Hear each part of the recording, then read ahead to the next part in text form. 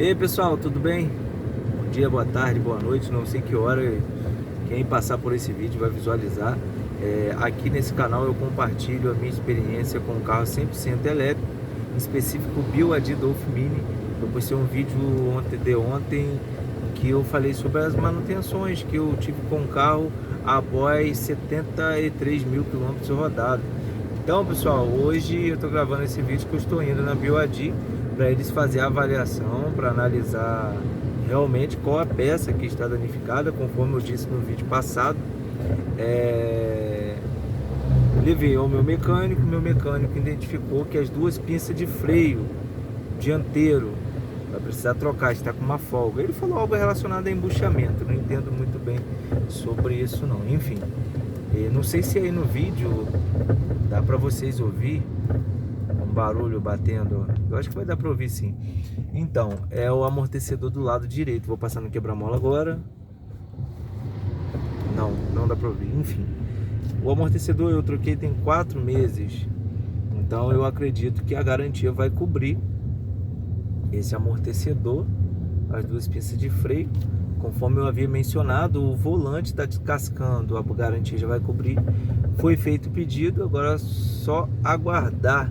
Para vocês que têm dúvida relacionada ao carro elétrico, está precisando ainda sobre manutenções, para entender um pouco, antes de fazer a sua aquisição, me acompanhe aqui que eu vou estar compartilhando com vocês a minha experiência, manutenção, minha rotina de trabalho. Pessoal, e é isso, vamos ali na BYD de Serra, Vitória, Espírito Santo. São 270 km para poder fazer essa avaliação para ver qual peça que danificou. Eles vão fazer o pedido da peça. Dia 12, como eu preciso vir aqui fazer a vistoria de 80 mil km rodados, vai ser feita a vistoria de 80 mil km rodados, mais a troca das peças, se a peça chegar nesse período aí. Eu vou estar sempre compartilhando aqui no canal para aqueles que têm dúvidas sobre as manutenções, quanto tempo vai levar.